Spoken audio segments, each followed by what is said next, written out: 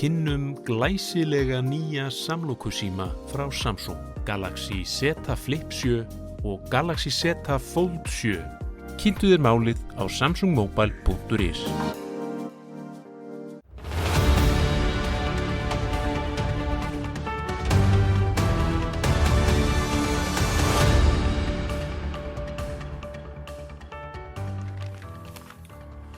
Komið sæl og blessuð og velkomin í Spursmál, föstudaginn 28. nóvember.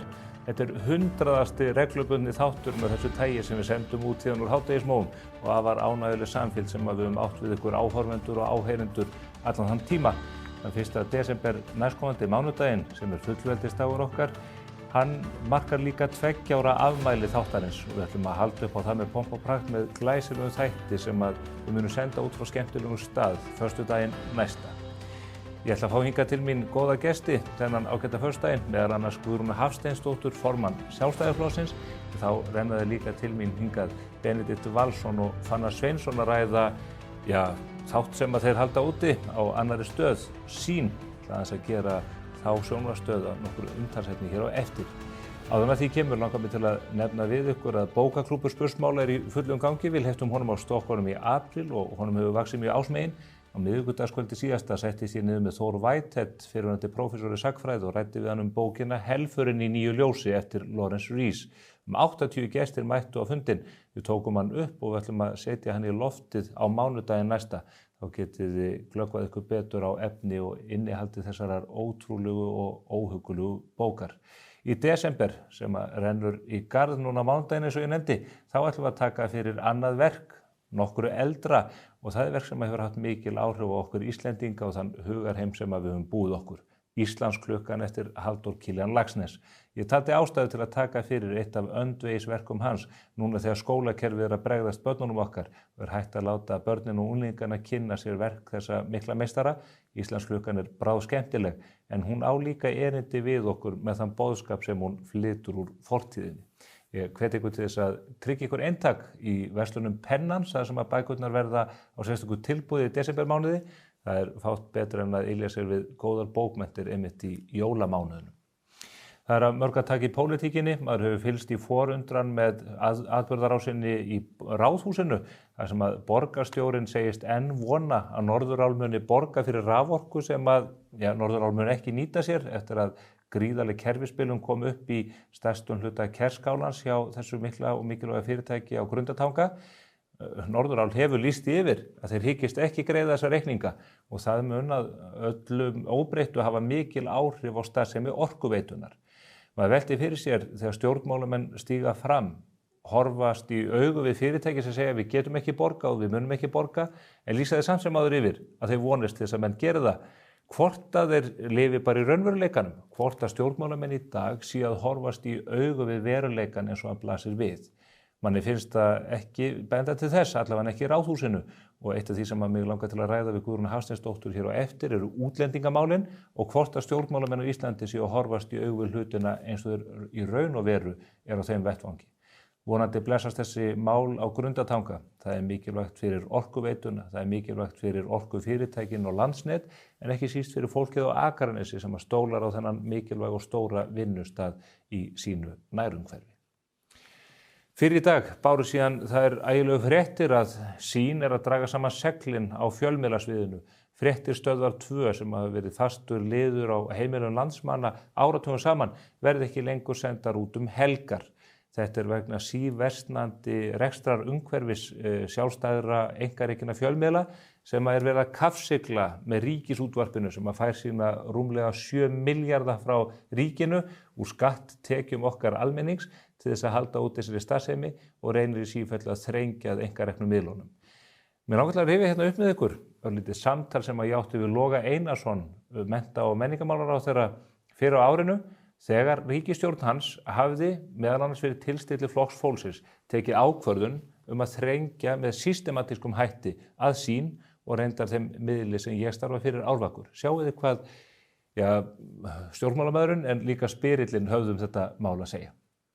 En þú veist, Logi, jafnvel og ég, að það hafa verið uppi mikla draugasögur það, til dæmis að Fréttastofa Stöðvar 2 muni leggja upp laupana. Menn eru skítræddir að þeir miðlar verði skrúfaðir niður vegna þess að það eru fyrirtæki á markaði sem sér ekki hag sinn í að reka þessa einingu áfram. Þetta mjög mikilvægur miðl, Vísir, Stöð 2 sem að þú þekkir og hefur notið góðs af í þinni pólitík. Og á sama tíma og menn óttast það að þessi miðl muni jafnvel leggja upp laupana, að þá tekur þú ákvörðun að veikja stöðu hans alveg sérstaklega. Sko, ég held að, það skipta líka... Ertu að reyna að ýta þeim yfir brúnina? Nei, ég ekki að gera það, Stefán. En ef það gerist? Í fyrsta lagi þetta náttúrulega ekki miklar upphæðir í stóra samhengi þessara tveggja fyrirtækja. Í öðru lagi verð ég líka að hugsa það að það eru litli staðbundni miðlar sem að lepja nánast stöðun og skel og reiða sig algjörlega á þetta. Og þeir fá þá aðeins meira. Ég vona svo sannarlega að Sýn og Stöð 2 og Vísir og sú samsteypa nái að vopnum sínum og að við getum komið fram með frumvarp í haust sem verður breið sátt sem getur tryggt stöðu þessara stóru og sterku fjölmiðla líka. En þangað til ertu að veikja þennan miðil og þú veist ekki hvað gerist í miðli, þú tekur þarna væntanlega áhættu. Ég hef nú, þú veist, þá verður þetta nú svipað og afterreitið sem að hann borðaði þarna myntumadurinn, sko. Þú veist, þetta ekki svo upphæð að hún munir ríða bakamunin, held ég. En þú ert að senda skilaboð. Ég er að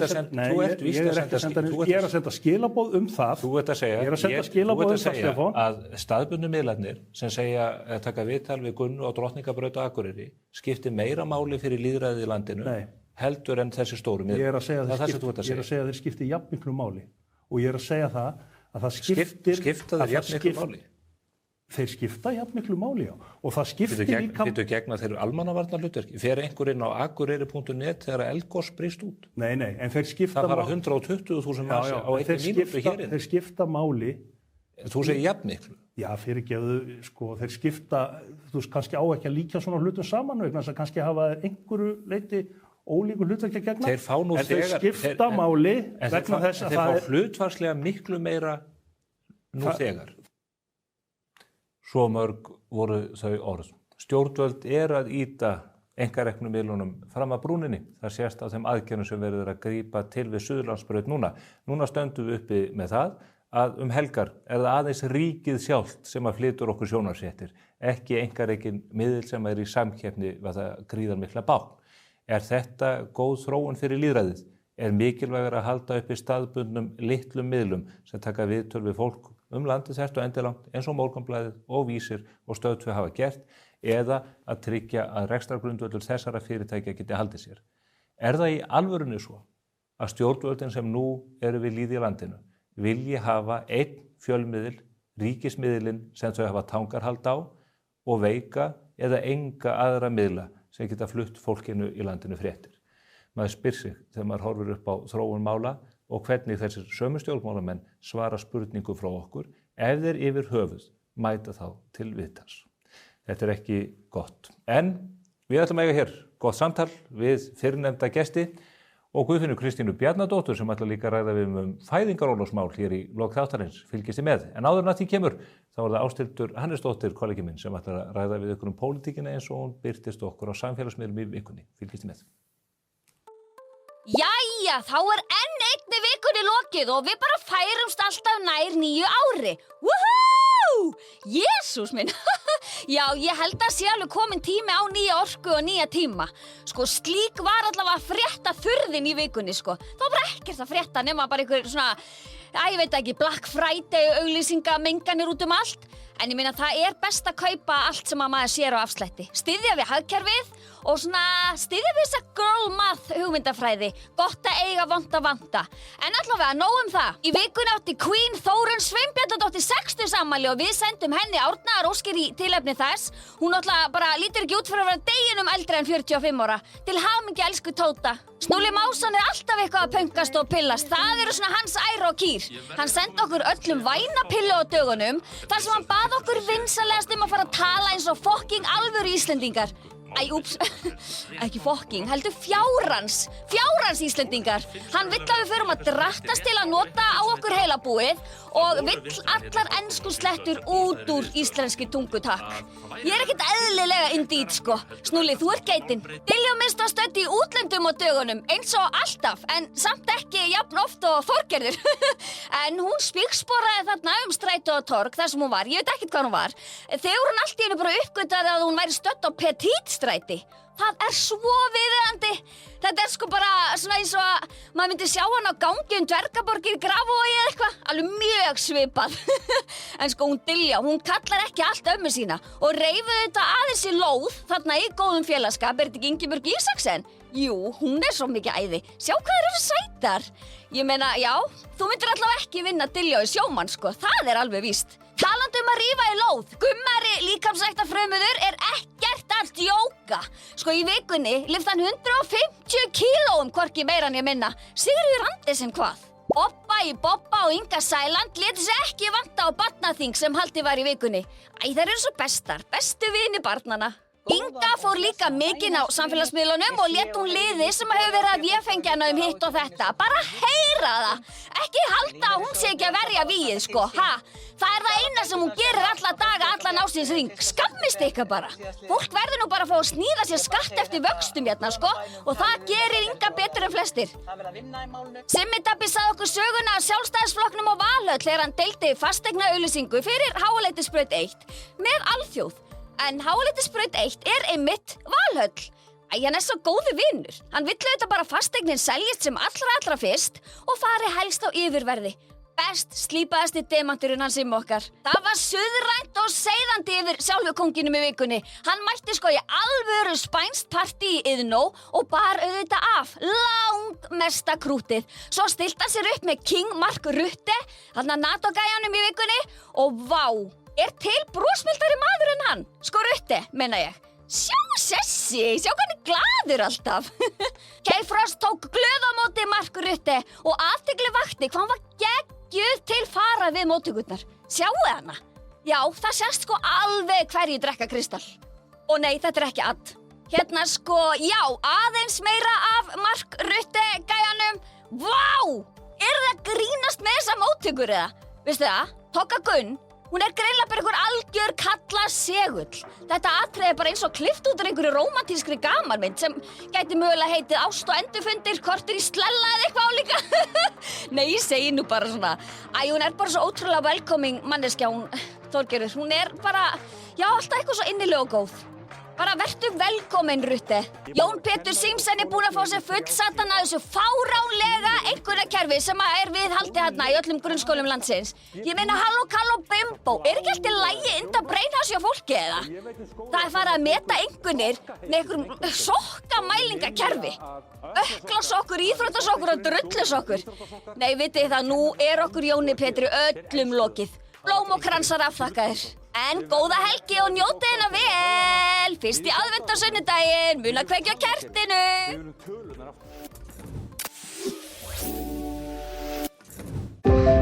Nú fylgir glæsilegur kaupauki með nýjum samlokusímum frá Samsung. Kynntu þér málið á samsungmobile.is. Klæddu bygginguna í stíl með álklæðningu frá Límtré-Vírnet. Íslensk framleiðsla, nýsköpun og áratuga þekking. Kynntu þér möguleikana á limtrevírnet.is. Alrafmagnað og margverðlaunað úrval Kia. Komdu og reynsluhættu. Askja. Ég bara afgreiddi þetta allt bara í einhverju 2 ferðum í A4. Spil í möndlugjöfina og fyrir spilakvöldið og þú veist, gjafir fyrir alla krakkana í stórfjölskyldunni. Sköpum samverustundir jólin. A4 fyrir skapandi líf.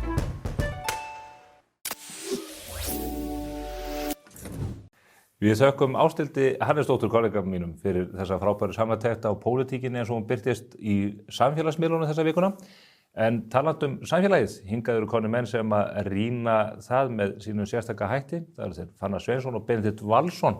Þeir halda nú úti áhugaverðum og skemmtilegum þætti á föstudagskvöldum á Sýn sem nefnist Gott kvöld. Góða kvöldið, strákar. Já, góða kvöldið. Já. Hvað segir þið gott? Ég persónulega í nostalgíukasti hérna, af því að hér byrjuðu hraðfréttir á sín tíma. Þið byrjuðu ykkar feril í raun, eða þar að segja ykkar feril tók þennan sjónvarpssnúning hér. Já, hér var ég að vinna frá 2009 minni mig til 2012 að búa til alls konar innslu og vefþætti og svo byrjuðum við saman með hraðferðirnar 2012, eða ekki? 11-12. Já, sem endaði svo reyndar upp á RÚV, en þannig að við hefum unnið mikið í þessu stúdíói og okkur þykir mjög vænt Mokkan og það fólk sem hér vinnur, sko. Já, þetta er orðið aðeins þunglamalega eftir að þið fóruð. Já. Alvarlegri undirtónar ekki? Nei, ég mikil heiður að vera búinn í þennan þátt. Já, minn heiðurinn. Við bjóðum bara fólki sem við höfum, sko, fyrst að það gaman af og telum nægilega áhugaverð. Já, frábært, þá erum við komum alveg. Já, það er dómurinn. Já. Aðeins áður en við förum í ykkar ágæta nýja prógram, hvernig byrjaði þetta, hvernig byrjar hraðfréttir? Ég spyr bara vegna þess að það eru svo ógnar langt síðan. Það eru svo mikið þróun bara auðvitað í samspili sjónvarps og nets og annað í þeim dúr. Hvað sáuð þið þessu? Þú taka boltan, Benni? Já, þetta er í rauninni þannig að Fannar er að vinna hérna hjá MBL að gera alls konar þætti, hvað þætti varst að gera? Gunnar á Völlum, Völum Grand og Ásdís Rán á þátt og fleira í þeim dúr. Og svo vorum við bara við lágum alltaf, við liggjum svolítið á hugmyndir svolítið lengi. Þú vorum aldrei að fara strax með þessar hugmyndir í gang, en við lágum að þessari hugmynd lengi að gera einhvern svona þátt um málefni líðandi stundar og fréttir sem væri hraður og svo var það bara eitt kvöldi sem að við hittumst hérna í stúdíónu og skrifðum bara upp eitt þátt og tókum hann upp, klipptum hann og svo sendir þú á Hlyn Sigurðsson, þáverandi framleiðslustjóra hér. Já, þessi var upplótaðinn á Sittan sem er svona innra kerfi Mokkans sem deilir vídeóum áfram. Enn í dag. Og við hringdum í Hlyn sem var þá yfir MBL sjónvarp og báðum hann að samþykkja þáttinn eða horfa á hann og hann bara, hvenær gerðið þið þetta? Og svo bara sett hann þennan þátt í loftið og til að byrja með fekk hann ekki sérstaklega mörg áhorf. Það var ekki fyrir hana Marta María sem vinnur hér ennþá bjóti svona fyrirsagnir fyrir þættina. Og í einu þættinum þá rýkur Ástþór Magnússon á dyr, hann skildi ekki alveg konseptið og Benni var ekki að taka viðtal við hann og honum fannst Benni eitthvað dónalegur og hann stendur upp og rýkur út og ég á eftir honum og er að biðjast afsökunar. Og það var það fyrirsögn sem greip fólk og þátturinn fekk mikið áhorf. Þessi yfirvegaði maður, mistastjóða sér hérna í útsendingu? Já, var ekki klippt samt á hvern hátt eða? Þetta var klippt bara mjög svona hratt og svona alls konar, já. Jú, hann rauk svo sem aðeins á dýr. Já, en síðan þá er hann nú orðinn vinnur okkar og skildi konseptið svona inn í end, sko. Já. Munið hver fyrirsögnin var? Þegar Marta María er auðvitað drottning fyrirsögnin. Já. Þetta var Ástþór Magnússon ríkur og dýr, minnum mig. Það greip fólk, sko. Og þar með komist þið á kortið? Eiginlega, sko. Já, svo næsti þáttur eftir var örugglega eitthvað Logi Bergmann ríkur og dýr. Allt eitthvað þannig, sko. Þannig að það fólk þurfti alltaf að klikka. Já. Þannig að það var sniðugt. Þið þetta hafið komið mjög víða við í framleiðslu á áhugaverð efni og eiginlega bara fyrir alla stóru aðrana, líka fyrir Síman og annað. Nú eru þið búin að hleypa stokkunum þessu stóra verkefni hjá Sín. Segið mér aðeins, hvað ætlist þið fyrir? Sko, þetta er bara skemmtiþáttur, spjallþáttur, svona kannski spjallþáttar sem fólk þekkir að utan eins og Fallon og Jay Leno og þessi þættir. Þetta er bara svona late night, afsakið ensku sleppnar, en svona late night þáttur, Benni. Já, þetta er bara þannig þáttur en við vildum gera það með einhvern veginn okkar nefi. Þannig að þú veist, hann er stuttur í styttra lagi. Það er gagnrýnin sem að fær kannski, þetta er á stutt, en það er bara fínt. Man rétt sestu niður, búin að opna sér bjórinn og þá er þetta búið. En okkur langar samt svona, ef við þróum þáttinn kannski segjum á næsta ári, okkur langar að hafa hann lengri. Það er svona stefnan, sko. Það er líka gott að halda fólki dátu hungruðu á milli vikna. Já, en ég er svona 45 mínútur verður svona fullkomin lengt, held ég, sko. Og bara alls konar gestir sem koma í þættina og við höfum kynnst mikið á þessu fólki í gegnum árin, þannig að það er svona, Já, og líka bara sko. Í ljósið þess að þú veist, við gerum hraðfréttir rosalega lengi og þar er maður kannski meira í miklum grínfasa og þar er ég stjarnan og er erfiður og þver í settinu, skilurðu. Þannig að það er gaman að gera eitthvað öðruvísi. Við náttúrulega erum líka með podcast þar sem að við fórum meira í þá áttina að vera bara einlægir í 45 mínútur og tala við fólk. Einhver að hlusta á það? Örugglega ekki, ég veit það ekki. Það er nú einhver hlustun, það er í góð lagi, sko.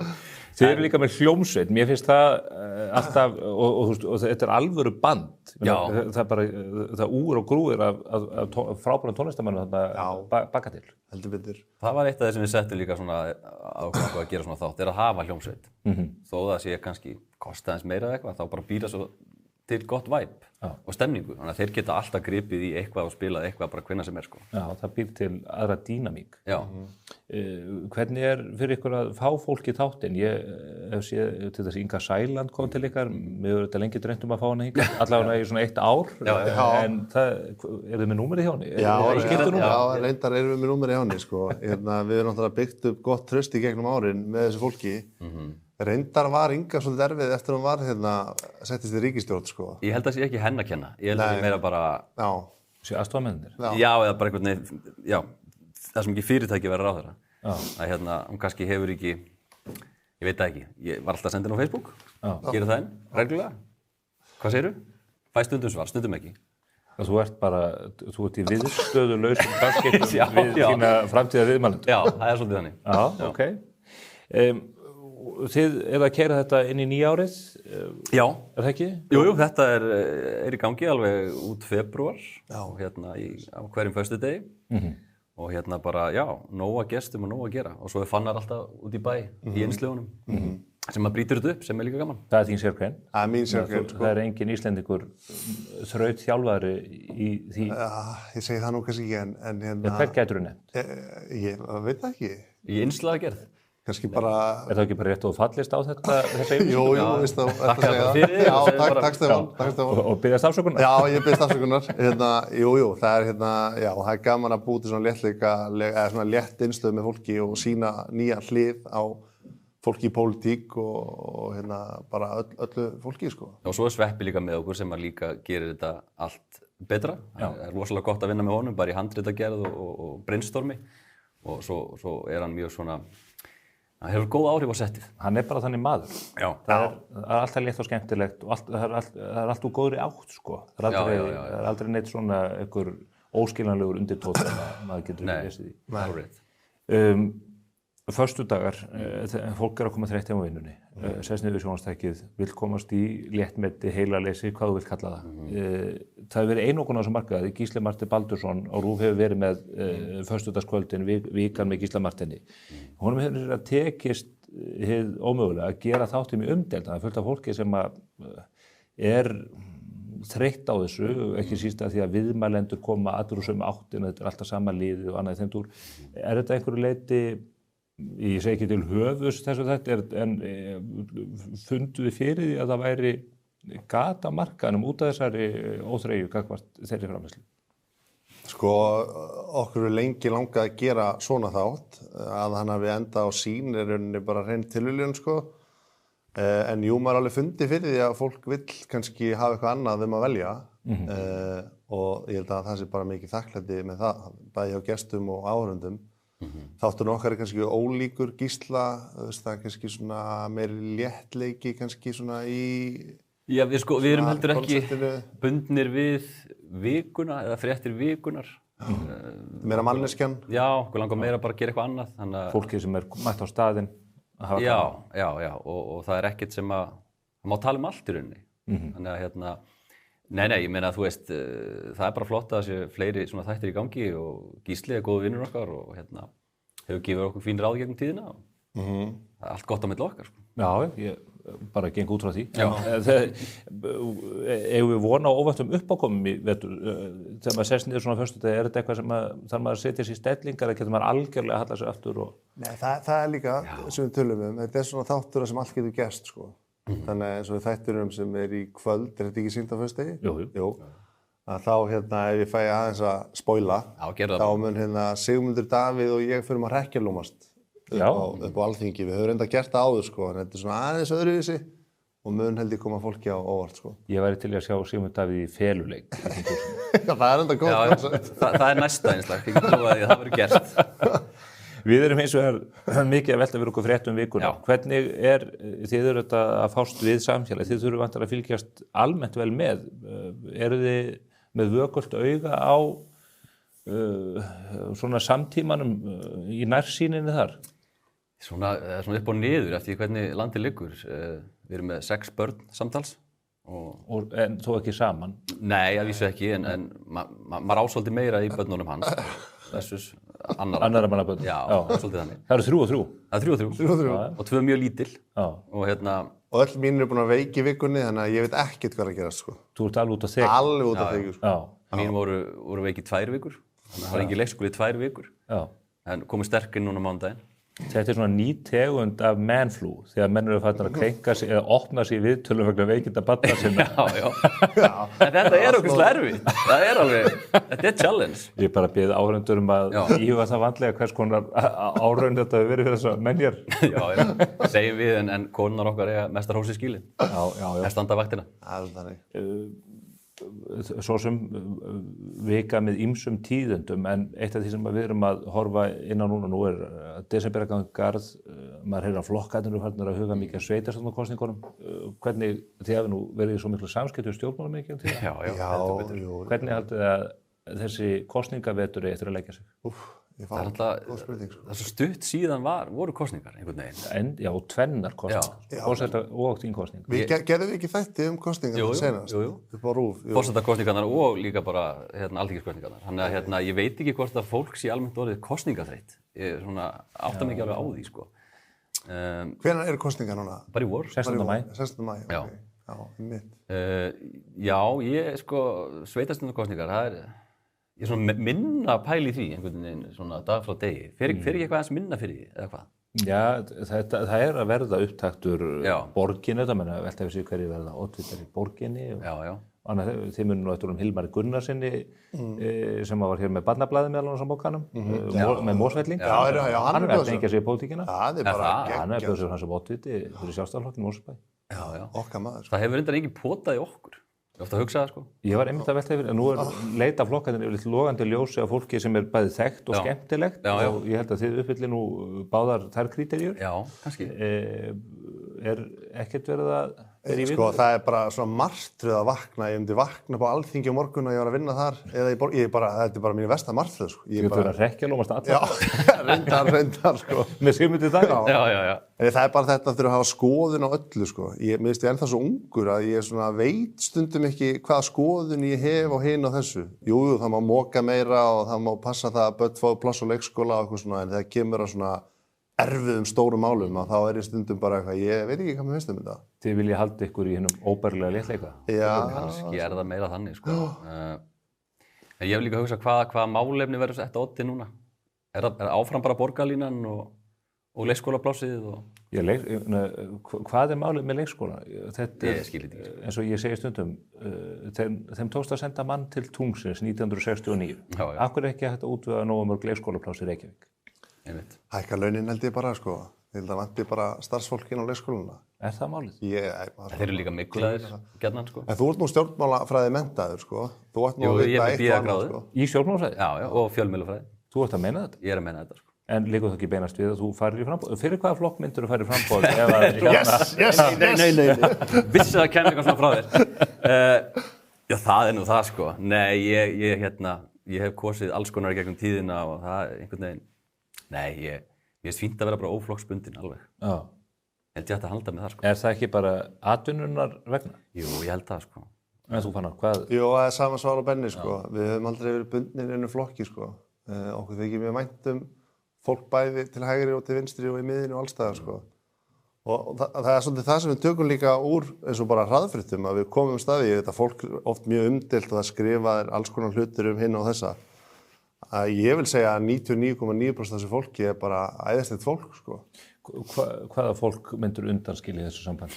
Þetta er 0,01%. No comment, sko. Talandi það, þegar við erum í allskis uppákomi, ég hef oft hort af ykkur, sérstaklega í þessum heimsóknum út bæinn, upplifað mjög svona óþægilega tilfinningu, að vera að koma fólki, kannski ekki opna skjöld, en í aðstæðu sem það er ekki vant. Hvað er það rosalegasta sem að þið hafið upplifað þess að hefur hurðskollin nærri hælum? Nei. Mér brá svolítið, maður stöðum að bregða það Brynjar Níels. Já. Og hún brá svo rosalega. Með flautinu? Já, þá var með smá svona bröðið, sko, hvort það var lagið með greiði mannin, sko. Það fjall líka í gólfið, sko. En svo fyndið með þetta, maður gleymir þessu jafnóðum, sko, það er að rifja upp svona hluti. Við gerum hraðfréttir 10 ára, hvort það var í fyrra eða hitt í fyrra, og ég mundi ekki eftir helmingnum af þessu, sko. Nei. Þannig maður er fljótur að gleyma, sko. Fennir fljótt yfir? Já, svolítið, sko.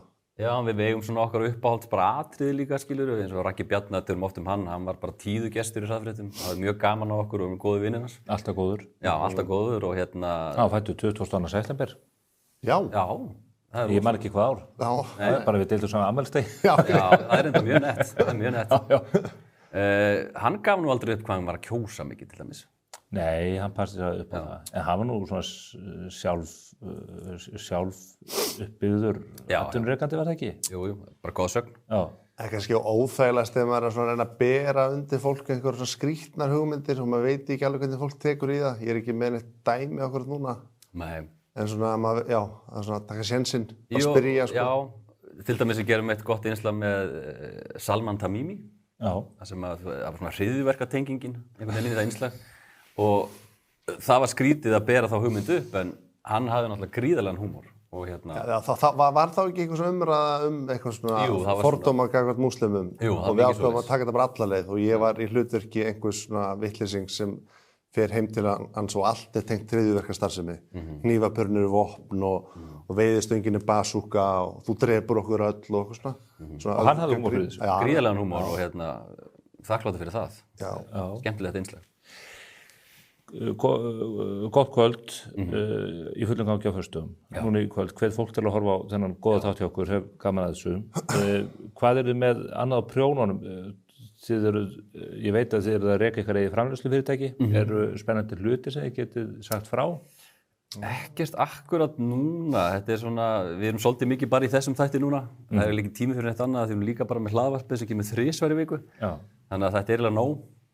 En svo alltaf maður með puttan í einhverju og að pæla og eitthvað. Einhver verkefni svona á gulu ljósi sem geti endað sem rautt eða grænt.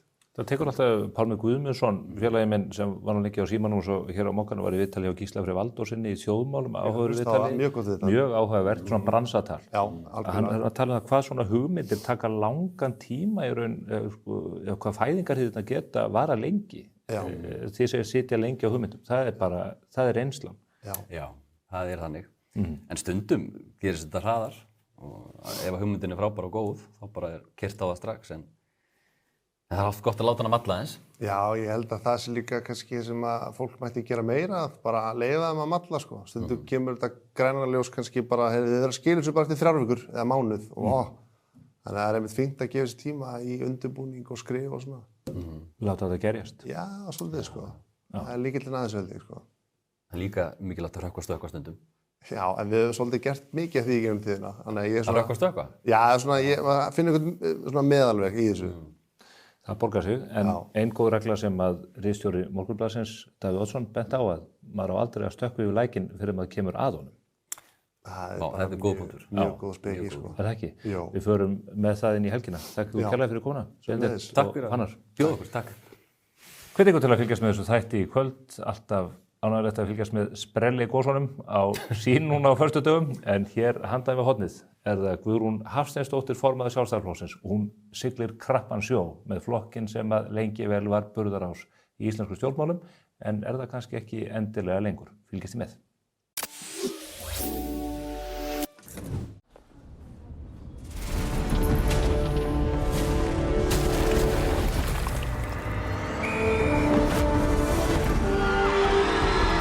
Hvern langar þig að hitta í dag? Pennin Eymundsson. Líf. Hversu spennandi er að taka líf í burtu? Í mínu tilfelli er morð ekki glæpur, heldur list. Líf, eftir Reyni Gretarsson. Ekki gjalda fyrir útgjöldin. Kardió. Einfaldari útgjöld. Komið sæl nýju. Við þökkum Benedikt Valssyni og Fannari Sveinsyni fyrir þeirra innkomi hér, frábærir félagar og gamlir kollegar hér á Mokkanum. En hingað er komin annar góður gestur, Guðrún Hafsteinsdóttir, formaður Sjálfstæðisflokksins. Ég ætla að ræða við hann stjórnmálin, þennan stóra, mikla og gamla flokk sem hún fer fyrir. Velkomin Guðrún. Takk fyrir. Það ekki ósögum sagt, flokkurinn stofnaði 1929, þetta orðin löng og mikil saga. Það eru 9 mánuðir núna á mánudaginn frá því að þú tókst við formennsku í Sjálfstæðisflokknum, barst sigurorð af Áslaugu Örnu Sigurbjörnsdóttur. Hvernig hafa þessi 9 mánuðir verið? Þeir eru búin að vera rússíbanareið og þetta stórt og mikið heimili. Ég ákvað það strax að stíga inn í þetta hlutverk af mikilli auðmýkt og kynnast sem flestum sem ég þekkti ekki áður. Þetta hefur verið algjört ævintýri. Það eru forréttindi að fá að standa í stafni með sjálfstæðismönnum og fyrir sjálfstæðismenn. En ég finn alveg að það koma ný verkefni hverjum degi og ég enn að fóta mig og kannski ég enn að fóta mig þá veruna hvernig formaður vil ég vera. Og það gerist bara með tímanum. En þetta ótrúlega skemmtilegt og ég mjög stolt að fá að leiða Sjálfstæðisflokk. Þetta mikil fjöldahreyfing auðvitað. Bjarni Benediktsson fer úr embætti eftir mjög mörg ár. Hann var búinn að vera mjög lengi á valdastóli innan þessa kerfis. Hann fer einhver leyti frá þegar flokkun kominn í erfiða stöðu, lítið fylgi, búin að tapa þingkosningum, búin að fá háðulega útreiðleyfi mér að segja. Það hafa verið væntingar og reyndar þið báðir frambjóðendurnir til formans lýstu því yfir að þið væri með lausnum á því hvernig var hægt að leiða flokkinn út úr þessum vanda. Hefur sömu sýn á það verkefni núna, 9 mánuðum eftir að þú tókst við, eins og þegar þú mættir með fyrirheitin inn á hinn fjölmenna landsfund? Já, ég hef það. Ég hef einlæga trú á því að stefnan Sjálfstæðisflokksins sé besta stefnan fyrir Ísland. Þetta eins og þú segir, þetta langstærsta stjórnmálaafl á Íslandi. Það engin annar flokkur sem á viðlíka grasrót eða með viðlíka pólitískt starf eins og Sjálfstæðisflokkurinn. Og jú, þú nefnir það að við höfum tapað fylgi. Við gerum það svo sannarlega í kosningunum síðustu, það voru vonbrigði. Við töpuðum samt ekki það miklu fylgi að við erum næst stærsti flokkurinn á Alþingi. Það munar bara einum þingmanni á okkur og samfylkingunni sem var búist við miklu stærri sigri heldur en rauninu varð í kosningunum til þeirra. Ég bara mjög yfirveguð manneskja að eðlisfari. Og ég trúi því að við sjálfstæðismenn þurfum að vinna betur heimavinnun okkar. Ég talaði það í aðdraganda landsfundar og landsfundi sjálfum að við þurfum að fara aftur í ræturnar. Við þurfum að svona endurnýja heit okkar við stefnu Sjálfstæðisflokksins, þora að vera hægri menn. Mér hefur fundist í svolítið langan tíma bara, og ég fann það þegar ég byrjaði í pólitík 2021, að margir voru einhvern veginn bara í felum, skömmuðu sín fyrir að segja það, að þeir væru sjálfstæðismenn og ég hef nú stundu sagt svona í gríni þegar ég hef verið á fundum að ég upplýði allt í einu bara því ég byrjaði í pólitíka að ég var eins og síðasta sorta mannesku vegna þess að ég í Sjálfstæðisflokknum, ég í þjóðkirkjunni og svo kaupi ég ennþá Morgan og Brendi. Já, það gera það nú allir. Já, það ætti að gera það. Þannig að þegar þetta allt var dregið saman þá var bara eins og að væri hérna hópur fólk sem að upplýði einhvern veginn byrju þú bara verður allavega verri manneski þetta og þess vegna hef ég alltaf sagt, bara hættum þessu. Við erum hérna stolt, látum bláa hjarta slá og við vitum það að hægri stefna okkar sjálfstæðismanna og vera svona borgarlegt íhaldsafl, yfirvegað íhaldsafl hefur fært Ísland þvílíkar framfarir og hagsæld að það eru engin önnur dæmi þess eiginlega á byggðu bóli. En þú segir að fara aftur í ræturnar, hvað þýðir það? Hvernig gerir þú það hvernig leiðir flokkinn að rótunum? Sko, mér finnst margir tala það núna, af því að stað okkar samkvæmt skoðanakönnunum ekki ásættanleg að mínu mati. Allra mati, sem að stýra flokkinn? Allra. Og þá hef ég oft heyrt hjá fólki, við þurfum að endurskoða stefnu flokksins. Við þurfum að einhvern veginn að hugsa hann upp á nýtt og ég segi nei, það algjört rugl. Þegar að Sjálfstæðisflokkurinn var stofnaði 1929, þá voru 2 stofngreinar. Svo fyrri var að Sjálfstæðisflokkurinn ætlaði að byggja hagsæld og farsæld í þessu landi á einstaklings- og atvinnufrelsi. á enn við er í fullu gildi. Og númer 2, að Sjálfstæðisflokkurinn ætlaði að stuðla sjálfstæði Íslands og standa vörðum það. Enn í fullu gildi. Við þurfum ekkert að flækja máli neitt þannig. Þegar ég stend frammi fyrir því að þurfa að taka afstöðu til mála, pólitískra mála, þá þarf ég bara alltaf að spyrja mig, er þarna einstaklingsfrelsi, er þarna atvinnufrelsi? Og þá liggur allt svo ljóst fyrir. Við þurfum að tala fyrir meira frelsi, Stefán. En hefur flokkurinn ekki gert það alla tíð? Var Bjarni Benediktsson og hans forystufólk hætt því? Þórdís Kolbrún sem að situr í þínu þinglið? Ég ætla að leyfa mér að viðurkenna að ég held að flokkurinn hafi skaðast fyrst og síðast á 7 ára ríkisstjórnarsamstarfi til vinstri með vinstri grænum og ég held að sérstaklega seinna kjörtímabilið sem að varð endasleppt í annan endan. Ég held að það hafi reynst okkur sérstaklega dýrkeypt. Ég held að sjálfstæðismenn hefðu alveg fyrirgefið okkur að fara í fyrra kjörtímabilið og sérstaklega kannski lifðu við það svona vel af vegna þess að það kom bara COVID, það kom heimsfaraldur og það var ákveðið að láta embættismann taka yfir stjórn landsins, embættismenn sem eru núna orðnir ráðherrar eða hluti af ríkisstjórnarflokkunum og ég held að þessi seinni 3 ár enda fannstu það að það högti miklu meira. Ég kem inn í ríkisstjórn 2023 og þá fann ég að þetta var alveg þungt og ég fann það þessa ríkisstjórn, þú kemur inn á þingi 2021 ef maður rétt, er það ekki? Já. Og þú stuttir þessa ríkisstjórn, þú sóttir það fast að verða ráðherra í ríkisstjórninni, leitir þar viðkomar málaflokk. Já. Varaði þú menn við, stóðstu upp á þingflokksfundum eða í ríkisstjórninni eða gagnvart Bjarna Benediktsson og sagði þetta ekki að fara vel fyrir okkur? Ég studdi Bjarna og bara trausti Bjarna og Bjarni var frábær leiðtogi og fyrir mig að koma nýinn í pólitík 2021 og ætlar þú að standa upp á móti reynslunni sem Bjarni Benediktsson sem hafði myndað ríkisstjórn áður? Var hann frábær leiðtogi ef hann gerði þessi afdrifaríku mistök sem að skila flokkinn eftir í rúst? Niðurstaða kosninga var auðvitað flokkin og þarna ákvað fólk að stíga niður á mikilli ábyrgð við að stýra ríkinu og ég held líka allir hafi haft væntingar til þess að við myndum ná meiri árangri. Við náðum margt góðum árangri. Við náðum góðum árangri til dæmis í ráðuneyti dómsmála. En það var ekki átakalust en ég held að það sem að kannski hafi verið... Á hvaða sviði var það? Ég vil meina útlendingamálum. Það er allt í klessu þar. Við byttum nú við. Við mistum stjórn á útlendingamálum stund í þessari ríkisstjórn. Byttum nú við.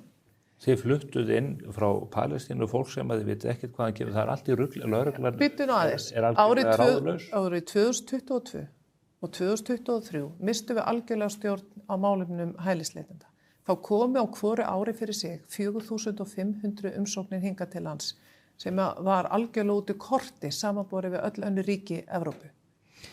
Í ráðuneytinu tókst okkur fyrst með undanfara Áslaugar Örnu sem að reyndi að gera breytingar en var gerð afturreka og Jón Gunnarsson kemur með breytingar og útlendingalögum sem að voru samþykktar í þessari ríkisstjórn 2023 og síðan ger ég líka róttækjabreytingar og útlendingalögum sem voru samþykktar í júní 2024.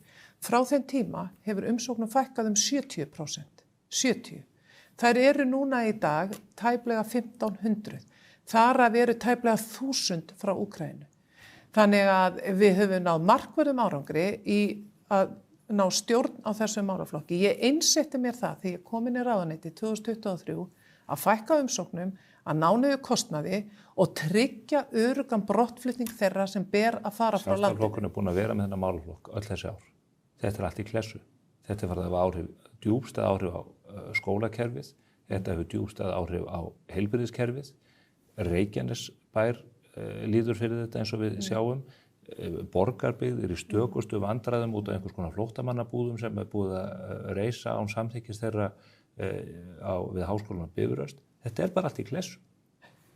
Við náðum stjórn á málaflokknum og hvað hefðum við getað gert ef við hefðum getað verið... Það hefði þetta að taka til í málaflokknum. bara eins og Ítalir eru farnir að gera og fleira að segja, það verður að vinda ofan. Á síðasta hausti var ég með á þingmálaskrá minni mál, nauðsynleg mál, sem að núverandi dómsmálaráðherra ætla sér að keyra í gegn.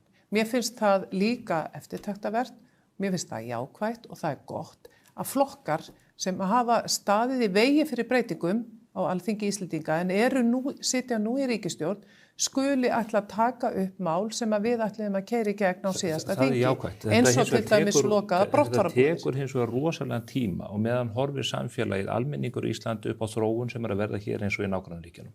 Árum saman, meðal annars undir stjórn Sjálfstæðisflokksins, hafa landamærin verið galopin. Landamærin hafa ekki verið galopin. Þau hafa verið galopin. Nei, það er ekki rétt. Við höfum verið með stjórn á landamærum. Við höfum ekki haft neina stjórn á landamærum sem sést bara á dæmum sem við höfum tekið hér. Það var ISIS-liði, fjöldamorðingi sem gekk laus á Akureyri þar til að hann var fluttur burt í sértækri aðgerð ríkislögreglustjóra sín tíma. Fyrst og síðast, Stefán. Við höfum upplýsingar hér menn með tengsl við Islamic Jihad og Hamas-samtökin sem lögregla hafði ekki hugmynd að væri hérna. Stjórnvöld bera ábyrgð á því að landamæri séu trygg og að almenningur á Íslandi séu öruggur. Það hefur ekki tekist. Hvorki hjá núverandi ríkisstjórn, né ríkisstjórnin sem að þú sast í.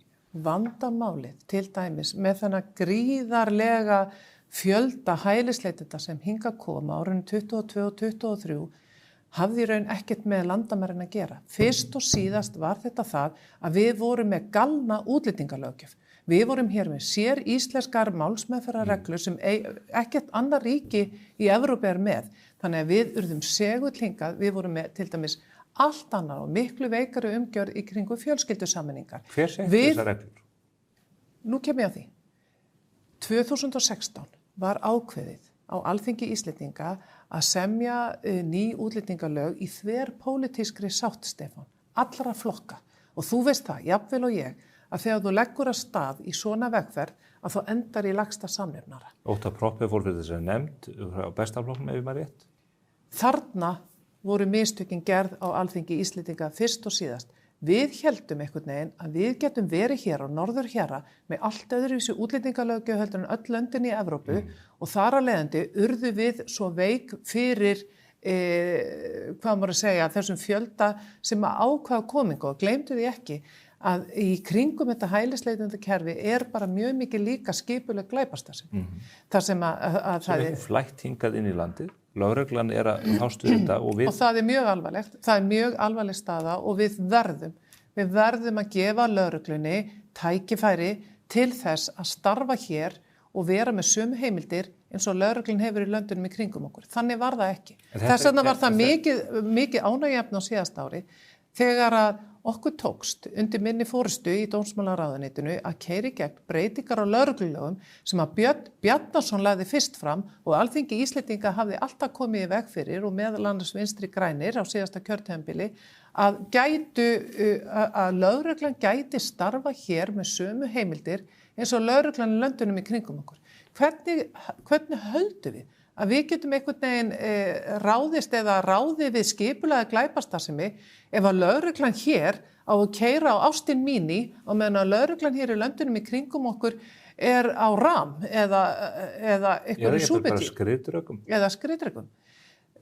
Við erum búin að vera ótrúlega barnaleg í því allt of langan tíma að halda það að við séum eitthvað aftengt því sem er að gerast í heiminum eða löndunum í kringum. En dómsmálaráðuneytið hefur allan að tíma verið undir stjórn Sjálfstæðisflokksins og þess vegna spyr ég, eru einhverja líkur á því getið endurheimt traust almennings í þessu ljósi? Nú er miðflokkurinn að sópa sér fylgi, hefur verið mjög ákveðinn í þessum málaflokki.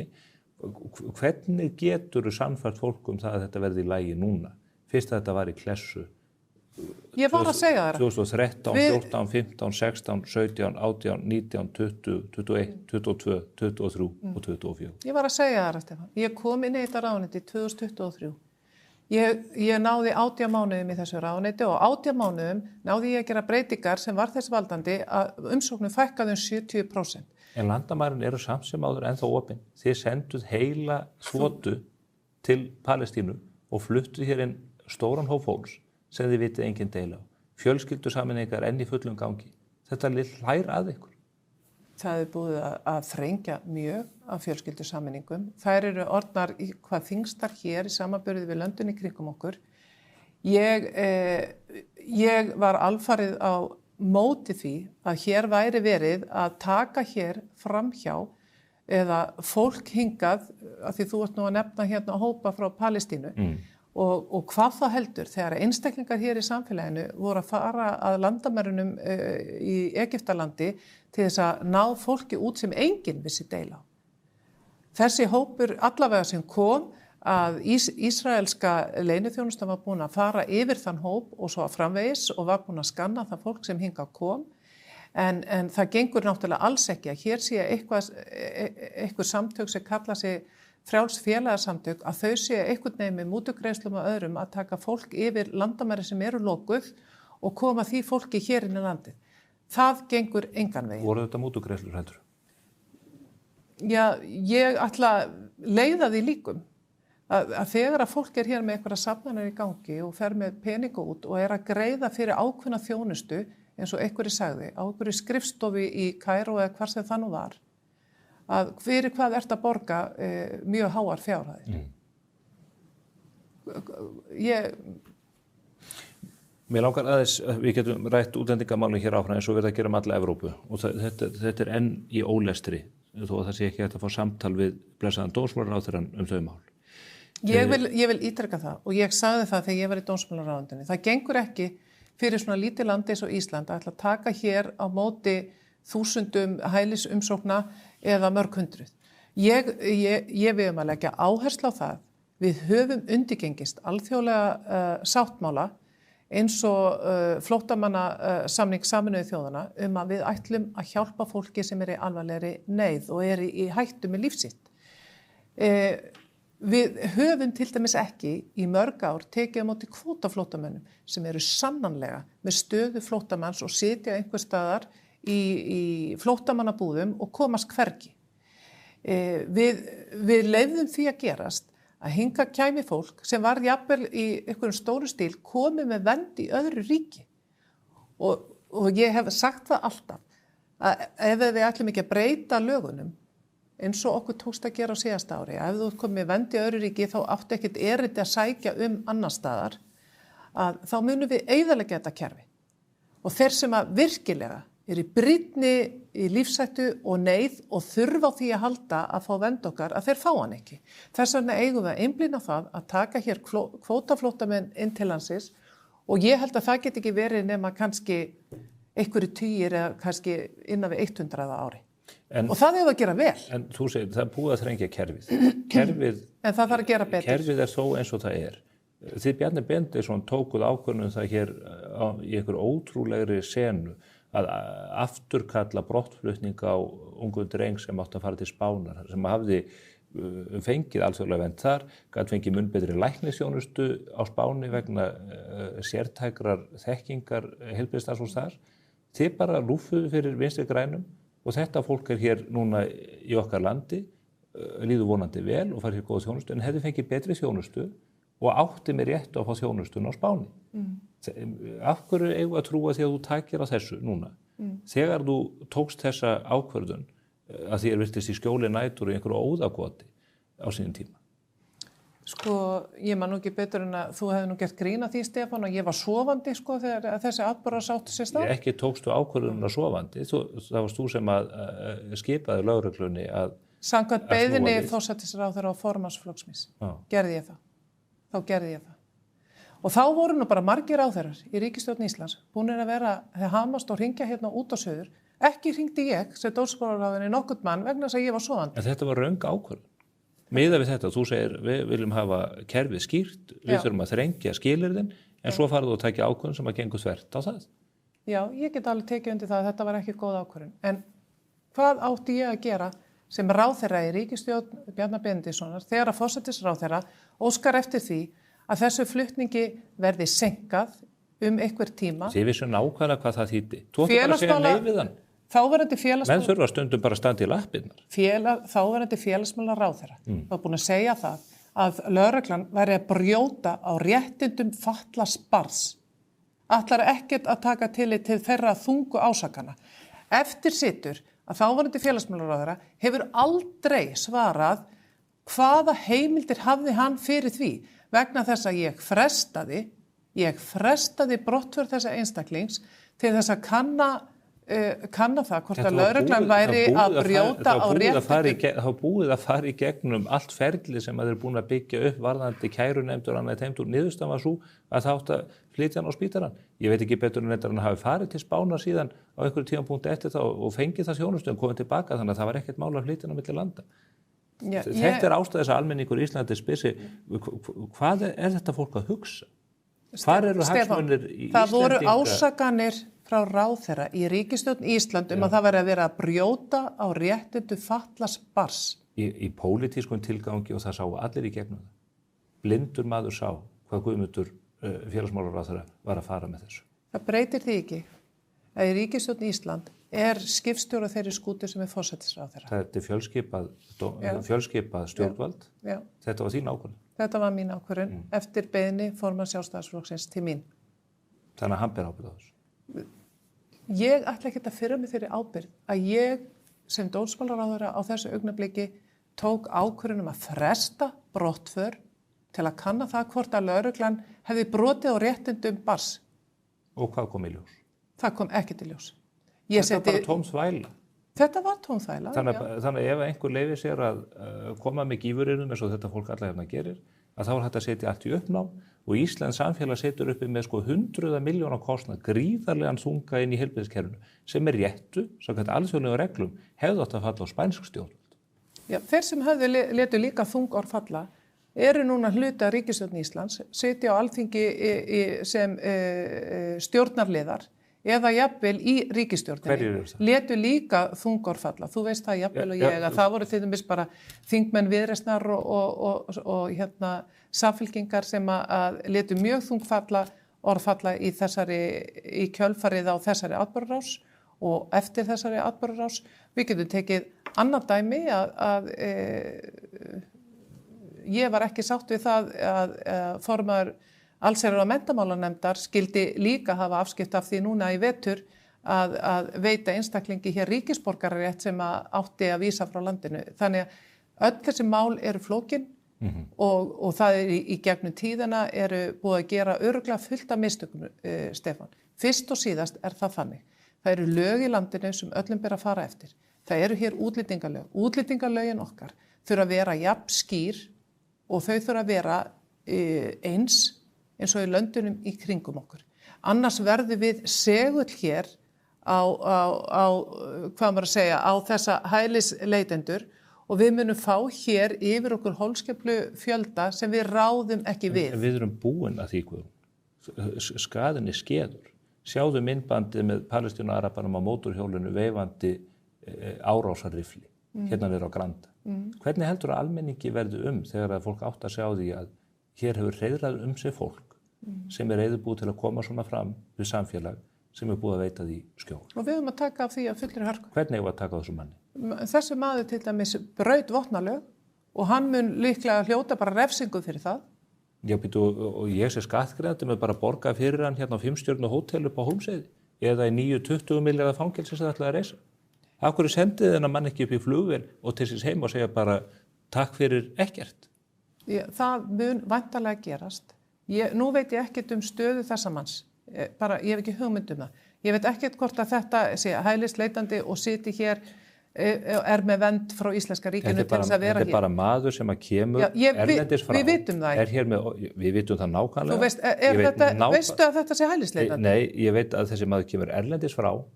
Hann gestur í þessu landi. Eiga ekki verið að skýra línur það að fólk sem svona kemur fram að það getur bara haldið sig einhvers staðar annars staðar. Af hverju eiga Íslendingar, af hverju eiga Jón og Gunnar hérna upp í Árbæið, upp á Akranesi eða hvar þau eru? Af hverju eiga þau ekki að njóta vafans í þessu? Af hverju stjórnvöld alltaf að segja við erum bundið hér alþjóðlegum sáttmálum og hinn á þessu? Nei, Stefán, nú ert þú farin að þvæla öllu saman, sko. Nei. Jú, þú ert að þvæla öllu saman.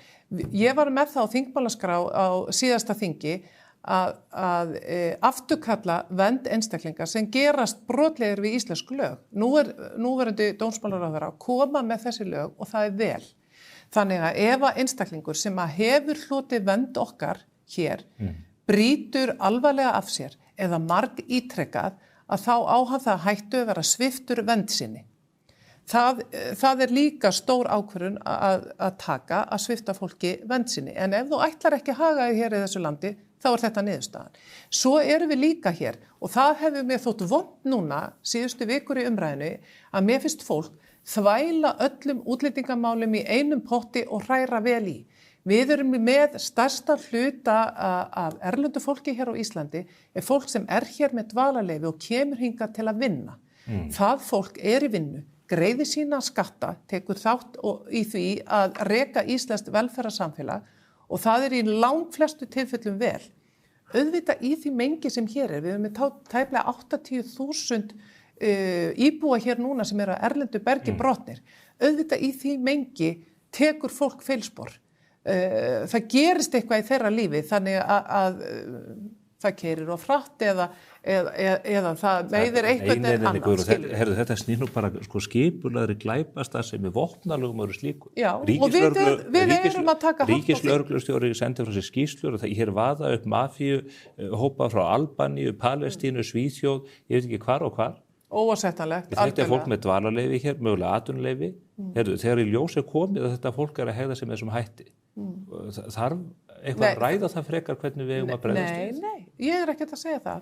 En við megum heldur ekki í þessari umræðu þvæla öllu saman í einum grauta að allir séu hingað komnir á sömu forsendum. Það ekki þannig. Ekki á sömu forsendum. Sömu koma hér og ég vil ítreka það. Það stefna Sjálfstæðisflokksins, Stefán, að ef að þú horfir hingað til Íslands, kannski einhver staðar úr fjarlægum heimi, sem land tækifærana og þú vilt koma hingað og þú vilt vinna, þú vilt eiga framlag, þú vilt leggja eitthvað á þig hér, þú ætlar að greiða þína skatta og þú ætlar að taka þátt í því að reka velferðarsamfélagi í Ísland. Þú ætlar að deila með okkur, örlögum okkar og kjörum. Þú ætlar að læra tungumáli, þú ætlar að aðlaga því menningunni og gildum okkar og fara íslenskum lögum, þá þú hjartalega velkomin hingað.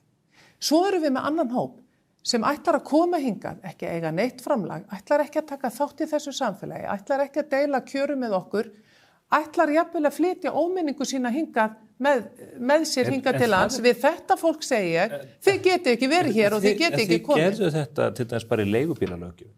Maður tekur leigubíla niður í bæ hérna og það fólk sem talar enga íslensku, talar ekki einu svona ensku, það ratar ekkert bæinn. Þetta allt í tómi djóni. Þar nú bara fyrst og síðast okkur sjálfum að kenna vegna þess að við fórum ekki eftir framkvæmdinni eins og hún átt að vera. Af hverju það látið viðgangast að fólk geti svindla hér á prófum og farið einhvern veginn á harðahlaupum í gegnum eitthvað ferli til þess að fá þessi réttindi? Af hverju þá? Stofnanir okkar verða líka að standa í lappir. Þetta önnur meðferð heldur en Íslendingar sitja undir. Og ég tala við leigubílstjóra og Íslendingar sem spyrja býtum við, af hverju önnur meðferð á mér sem heimamanni sem þó fæddur hér og uppalinn og tala íslensku og greitt í samfélagsins alla tíð. Tala við leigubílstjóra daginn, hann þurfti að vinna í 8 ár og borgaði 2 milljónir til þess að útvega sér sín réttindi. Síðan hafa flóðgáttur. En hann var í gamla kerfinu. Já, og svo oftast kerfið og þetta orðin algjör dýragarður. Við vorum auðvitað líka með vandræði því að það vantaði leigubíla. Það voru ekki gefin út nógu mörg leyfi. Það allt annað mál. Það allt annað mál. Ég bara segja hverjum að kerfið, hvert sem litið horfir almenningur upp á það að stjórnvöldin í landinu, hvað sem að það í framkvæmdinni eða löggjöfinni, hafa brugðist í því að taka hagsmuni fólksins sem að hér býr fyrir fram yfir hagsmuni einhver annar. Við erum reiðubúin öll til þess að hjálpa fólki sem í neyð sannarlega. En það getur ekki, herrkostnaðurinn af því getur ekki verið sá að móla niður samfélagið sem að hér hefur verið byggt upp að harðfylgi og dugnaði. Og það hefur bara aldrei vakað fyrir okkur sjálfstæðismenn að móla hérna niður samfélagið. En það að gerast. Fólk að horfa upp á þetta og þetta það sem við sjáum alla Evrópu að gerast. Bretland bara að hruni komið. Við erum ekki eyland í þeirri þróun sem hefur átt sér stað núna allstar í heiminum. En við gætum verið það. Sjáðu Bandaríkin. Sjáðu 10 milljóna flæða þar yfir landamærin og þeir eru líka í stökustu vandræðum. Sjáðu Evrópu. Hvert einasta ríki í Evrópu núna að herða sína útlendingalöggjöf. Það verið að herða ytri landamæri í Schengen vegna þess að við ráðum ekki við þetta. og við verðum einhvern veginn með öllum tiltekum ráðum að reyna að hjálpa fólki í nálæði í sínum heimalöndum. Þetta getur ekki gengið að við ætlum að flytja fólk frá sínum heimalöndum eða leyfa því að koma hingað. Það bara, og þetta er ekkit einskorðað þessi vandi við okkur Íslendingar. Munurinn er bara sá. Við erum þó aðeins á eftir öðru þjóðum. Við höfum núna tækifæri til að spyrna við fótum og setja núna hérna niður. Þetta gengur ekki svona lengur. Það gerðum við sjálfstæðismenn á síðustu árum í dómsmálaráðuneytinu. Það munum við gera áfram. Ef að mér tókst að fækka hér hælisleitendum 70% á einu ári, hvað hefði mér tekist ef ég hefði fengið að vera 4 ári í þessu ráðuneyti? Það veitum við ekki. Nei, en ég er gallhörð á því að við verðum að standa vörð hér eins og þú segir, velferðarkerfið okkar. Þannig að kerfin okkar brest ekki, að við missum ekki niður menning okkar, tungu og gildi. En við erum að því. Það er punkturinn. Mér langar til að færa talið öðru. Nei, ég held að við höfum tækifæri núna til að spyrna við fótum og ég er allan daginn tilbúin til að standa það vakt. Við erum með ríkisstjórn í landinu sem tóku 21. desember síðastliðinn. Þú ert ekki hrifin af þeirri ríkisstjórn. Þjóðin virðist þó verða þokkalega, sérstaklega með aðalflokkin þar innanborðs, Samfylkinguna, Kristrúnu Frostadóttur. Það er hvert hneykslismálið rekið annað á vettvangi þessara stjórnar og stjórnin er að taka ákvarðanir sem að þrengir að atvinnuvegunum í landinu, fyrst sjávarútveginum, núna ferðaþjónustunni, bílamarkaðurinn er í uppnámi allavega frá áramótum. Hvernig stendur að því að Kristrún Frostadóttir mælist bara með tæplega 30% fylgi og þú 15% þegar þau er að taka ákvarðanir sem að þið teljið augljóslega að vera rangar og ekki til heilla fyrir almenningi í landinu? Sko ég held að sé rétt sem þú segir, Stefán, að Sjálfstæðisflokkurinn er búin að vera lengi við völd, lengi að stýra landinu. Ég held að fólk hafi, ég ætla að leyfa mig bara að segja það eins og ég sagði áðan, í fullri auðmýkt, að þá held ég að við höfum gert ákveðin mistök, sjálfstæðismenn, sem að fólk hefur verið að hegna okkur fyrir. Nú er það þannig, og við sáum það í síðustu kosningum, enda erum við ekki í ríkisstjórn. Það er þannig að tilhneiging allstaðar er svo að fólki vill að nýjum ríkisstjórnum gangi vel. Og það var mikill loforðaflaumur í aðdraganda kosninga á síðasta ári, þar sem að það átt að berja niður vextina, það átt að laga heilbrigðiskerfið, það átt að laga húsnæðismarkaðinn, það átt að laga efnahagsmálin, það átti að ná hallalausu fjárlögum á mettíma og svo framvegis og þetta átti allt að gerast með mjög einföldum hætti. Nú, ég hef alveg skilning á því að ríkisstjórnin sé vinsæl, en það hafa þær oft, eins og ég segi, tilhneigingu til að vera mjög vinsæla nýja ríkisstjórnin í 12 til 18 mánuði. Já, það stjórnir ekki búin að missa ráðherra hneykslismál þar sem ráðherra misbeita lögreglunni, hvað skólamisturum upp í Grafavogi, styrkjamáli til Flokks fólksins og þar mætti áfram telja. Nei, málið er bara, það var alltaf vitað að það myndi ekkert fara að reyna á þessa ríkisstjórn fyrir að hún myndi leggja fram sín eigin fjárlög. Það gera þau núna í upphafi þings í september og hvað er að gerast? Þá ferð þú fyrst að sjá spilin á því hvernig þessi ríkisstjórn, hún er að sýna þjóðinni núna, hvernig ríkisstjórn hún ætlar að vera. Og hvernig stjórn ætlar hún? Hún ætlar nefnilega að vera sama tuggan, sama gamla ríkisstjórnin, vinstri stjórnin eins og við höfum séð áður í sögunni, eins og við sáum frá 2009 til 2013. Þetta er bara nákvæmlega eins og Jóhannustjórnin. Og það kemur mér satt að segja óvart hvað þau eru vinstri sinnuð. Kristrún sem segist vera svona hægri krati og hún sé að draga Samfylkingunni til hægri. Þorgerður Katrín sem er að reyna að halda þið fram að þau séu hægri flokkur. En við sjáum núna spilin, þetta eru bara vinstri flokkar. Og núna er að koma í ljós í fjárlögunum allar þær skattahækkanir, þessi ofboðslega útgjaldaaukning sem á að fara í.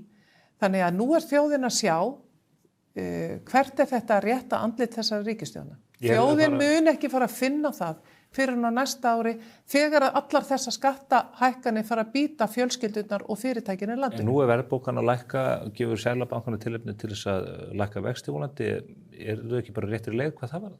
Væri verðbólgan að minnka, væri Seðlabankinn að gefa fyrirheit frekar lækkanir nema því að menn teldu þeir væri að ná tökum á ríkisfjármálum? Ég hef ákveðna áhyggjur á því og forsætisráðherra sagði það nú á þingi daginn að það væri jákvætt að við varum að fara að sjá skýr merki mikla kólnun í hagkerfinu. Það sem að fyrri ríkisstjórn var aftur á móti að gera og stemdi í að við ætluðum að ná mjúkri lendingu og það stemdi í það þegar við fórum frá völdum á síðasta ári að hér gæti orðið mjúk lending í efnahagslífinu. Við vorum búin að leggja línurnar fyrir vaxtalækkun enda hófst vaxtalækkunarferli þá og hvað gerist síðan bara ekki strax en eiginlega rétt eftir að ný ríkisstjórn tekur við að þá tókstum á nokkru vikum að stöðva vaxtalækkunarferlið. Það hófst núna aftur en ég ætla að vona að það haldi áfram svo innilega vegna þess að heimilin og fyrirtækin í landinu þurfa svo sárlega á því að halda. En ef að það verður gert með þeim hætti að hér verður fjölda atvinnuleysi og atvinnulífið fer einhvern veginn í baklás og fer að hökta, að þá er hætt á því að við förum að sigla inn í kreppuástand og það er hættulegt. Það er ekki mjúk lending, það er nauðlending. Og ég hef ágjörð því. Ég hef ágjörð því að í þessu umhverfi sem nú er, eins og staðan er í heimsmálunum og í efnahagskerfum þjóðana í kringum okkur, þá hef ég áhyggjur af því að í staðin fyrir núna að við séum að auka samkeppnishæfni í íslensk atvinnulífs og við séum að hjálpa atvinnulífinu til þess að bregðast við þeim ógnunum sem allstaðar eru, nei, þá fer þessi ríkisstjórn stígur hún fram og þá ætlar hún að leggja auknar byrðar á atvinnulífið.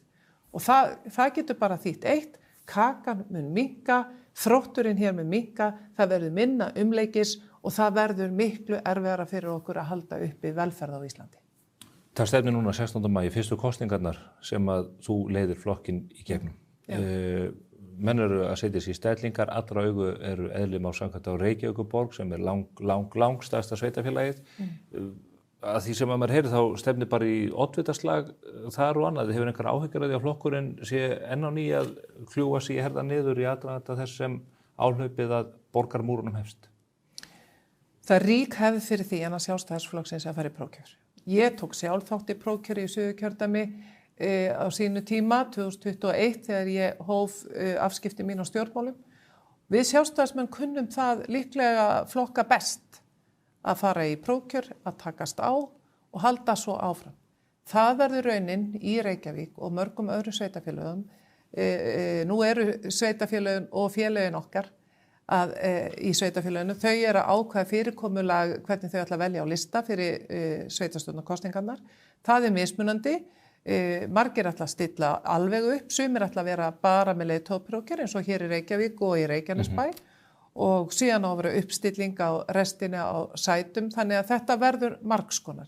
Ég hef ekki áhyggjur af því að við munum kljúfa borgina hér í þessu leiðtogaprófkjöri sem framundan er. Nú þegar hefur einungis einn gefið kost á sér í oddvitasæti hér hjá okkur í Reykjavík, það er Hildur Björnsdóttir. Nýtur oddviti Sjálfstæðisflokksins í Reykjavík traust formannsflokksins? Já, hún gerir það. Sem og aðrir oddvitar í öðru sveitarfélögum. Rétt í lokin, til að fara að selja Valhöll, eitt frægasta kennileitið, allan stjórnmálakennileitið á höfuðborgarsvæðinu, hvað rekur ykkur til þess?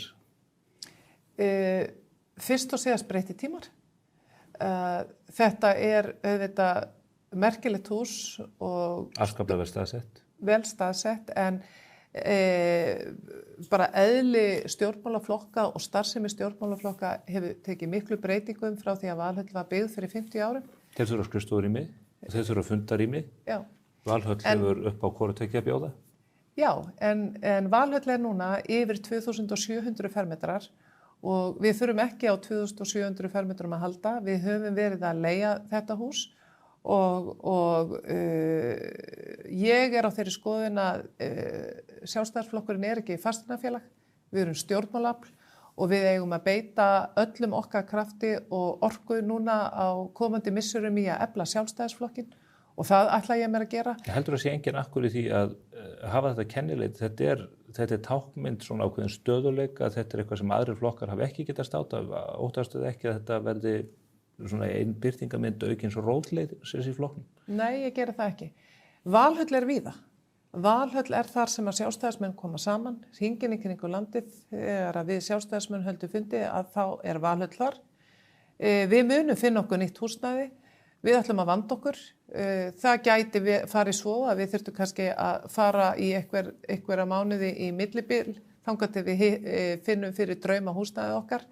En ég hef ekki áhyggjur af því að sjálfstæðisflokkurinn finn ekki gott húsnæði við hæfi sem að verður stolt okkar og nýtt kenniliti flokksins.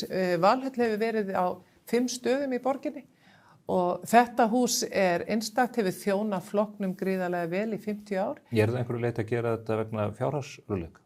Flokkurinn í... Nei, en við erum líka að gera þetta bara af skynsemi. Þegar að var flutt inn í Valhöll fyrir 50 árum, að þá voru yfir 20 starfsmenn hjá flokknum, það þurfti margar skrifstofur og það þurfti mikið rými. Núna með tilliti til bara stafrænnar umbyltingar, tæknibreytinga og annað, þá þurfum við ekki svona margar starfsmenn og við þurfum ekki svona mikið rými. Og við eigum auðvitað að vera líka þar sem næri fólkinu, þar sem fólki og þar sem auðvelt og gott að koma til okkar. Þannig að ég bara full tilhökunar. Þetta ekki ákvörðun sem var tekin í einhverju tómarúmi og fljótheitum. Þetta höfum við sjálfstæðismenn rætt í líklega 10 ár, hvort að þetta húsnæði hendi starfsmenn eða ekki. Þannig að þetta bara, mér finnst eðlilegt, það ný forysta og þá gott að við horfum til framtíðar og já. Þú réðir nýjan framkvæmdastjóra þegar þú tókst við sem formaður fyrir 9 mánuðum síðan. Já. Sá framkvæmdastjóri að hver á braut núna til þess að taka þátt í sveitarstjórnarmálum í pínulitlu sveitafélagi. Ég hef það viðurkenna, mér finnst ekki trúverðugt að einstaklingur sem að reyndar hafði ekki reynslu eða þekkingu á starfi Sjálfstæðisflokksins þegar hún tók við sem framkvæmdastjóri sjái aukinn akk í því að tengja sér í sveitarstjórnarmál á þessum skala í samanburði við það að vera framkvæmdastjóri Sjálfstæðisflokksins. Nú það þannig, Stefán, að við erum bara öll manneskjur. Og ég vona það. Björg Ásta Þórðardóttir búin að vera frábær, hún búin að standa sig frábærlega vel í þessu starfi. Það rétt sem þú segir að hún hafði ekki mikla reynslu af því að starfa innan Sjálfstæðisflokksins en hafði verið þar flokksmaður í mörg ár. Og nú það þannig að Björg Ásta hefur kynnst flokknum vel. Hún búin að nýkomin úr hringferð með skrifstofu flokksins þar sem hún hitti trúnaðarmenn flokksins. Og hún hefur komist að því eftir líka að hafa fengið miklar áskoranir í sínum heimabæ, Vogum á Vatnsleysuströnd, að þá hefur hún komist að því að hana langar til að vera í framvarðasveit. Og ég... Framkvæmdastjóri Sjálfstæðisflokksins í framvarðasveitinu, þetta hlýtur að afskaplega óþægilegt að ráða framkvæmdastjóra, taka allan hringinn, kynna fyrir allt starfið og svo sérðu bara undir illetnarórum út á Reykjanesið. Nei, ég sé ekki undir illetnar því að Björg Ásta verður nú með okkur næstu mánuðina. En málið að vera framkvæmdastjóri Sjálfstæðisflokksins öðruvísi framvarðasveit. Hann langar til að vera kjörinn fulltrúi. Hann langar til að taka þátt í pólitísku starfi á þeim forsendum. Ég virði þá ákvörðun og ég virði hana sérstaklega fyrir það að Björg Ásta vildi ekki taka samtali áfram með sínum félögum í Vogum í þeirri stöðu sem hún hefur verið í sig framkvæmdastjóri. Þess vegna vildi hún fara núna, vildi fá að einbeita sér að því verkefni og gefa þá líka tækifæri og tíma fyrir nýjan framkvæmdastjóra að koma til starfa með fyrirvara vegna yfirvofandi kosninga. Við erum líka óskaplega heppin að við erum búin að ráða nýjan framkvæmdastjóra sem heitir Tryggvi Másson. Var það ekki maðurinn sem að hugmyndi var að ráða í upphafi?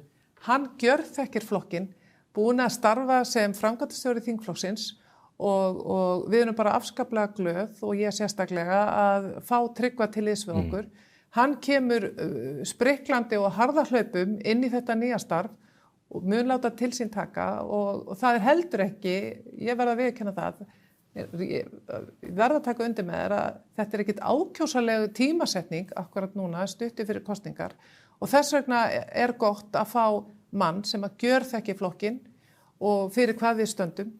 Þannig að ég kvíði engu, það bara mjög spennandi tíma framundan, ég hlakka mjög til komandi mánaða, til sveitarstjórnarkosninga hringinn í kringum landið og ég hlakka til að 16.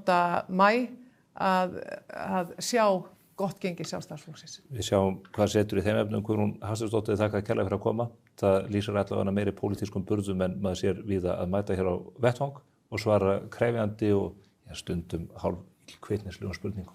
Góða helgi. Það alltaf gaman að hitta þér, Stefán. Sömuleiðis. Við ætlum ekki að láta þessu tali alveg lokið hér. Við ætlum núna að dengja okkur í umræðu fæðingarorlofsmál á Íslandi. Það málaflokkur sem skiptir miklu máli. Bæði fyrir unga fólkið okkar og fólkið sem að mun bætast í hópi Íslendinga á komandi árum. Nýfæddu börnin, fylgist þið með. Skaðabætur, miskabætur, sárabætur, sjúkrabætur, slysabætur, uslabætur, þjáningabætur. Bótaréttur.is 520 51 00. Hinn helga kvöl. Stefán Máni hefur aldrei verið betri. Lexus RX. Komdu og reynslögtu RX 450h Plus Plug-in Hybrid. Þín býður óviðjafnaleg upplifun. Lexus Kauptúni.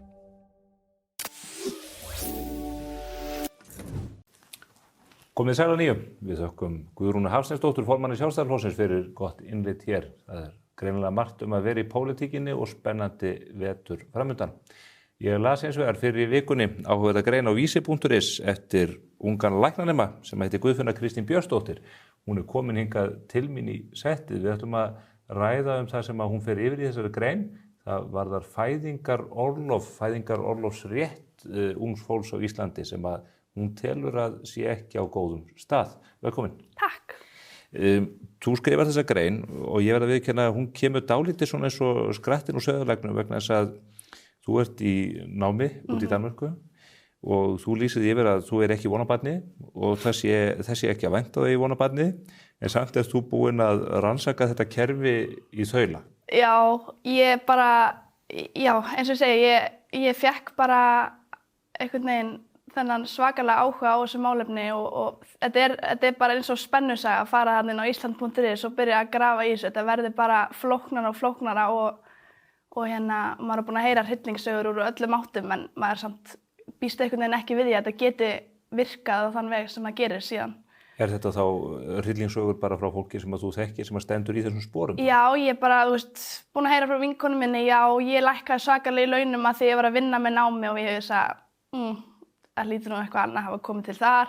Maður heyrir frá fólki, ég er að bíða bara 1,5 ár til að geta eignast barn, maður hugsa það getur nú ekki alveg verið svoleiðis en það er staðan og mér fannst bara rakið og mikilvægt að vekja athygli á þessu.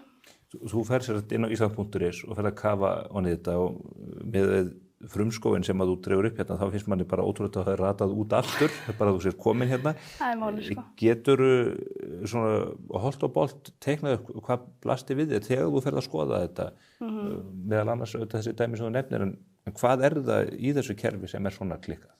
Já, ég náttúrulega er að læra í Danmörku og hef líka verið starfið í Noregi, ég var þar í skiptinámi, þannig að ég hef svona líka heyrt útundan með þar hvernig kerfið virkar.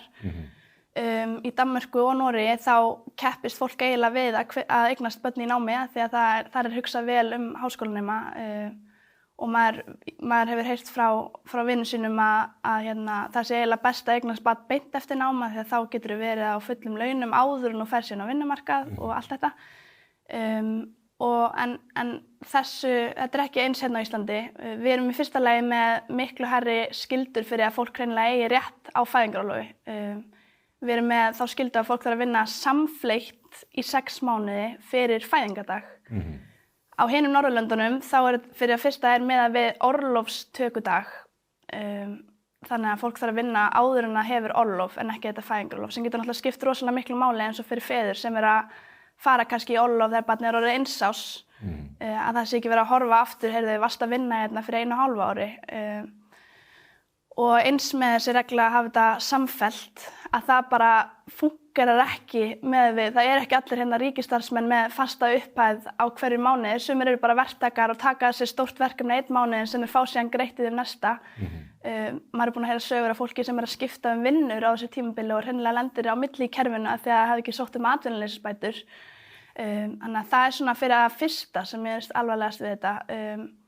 Eins með tekjutímabilið, af því að við hérna á Íslandi horfum rosalega langt aftur. Við förum þú eignast barnið, þá farið hálft ár aftur frá þeim degi og síðan ár í viðbót aftur og tekið saman tekjurnar yfir það árstímabil.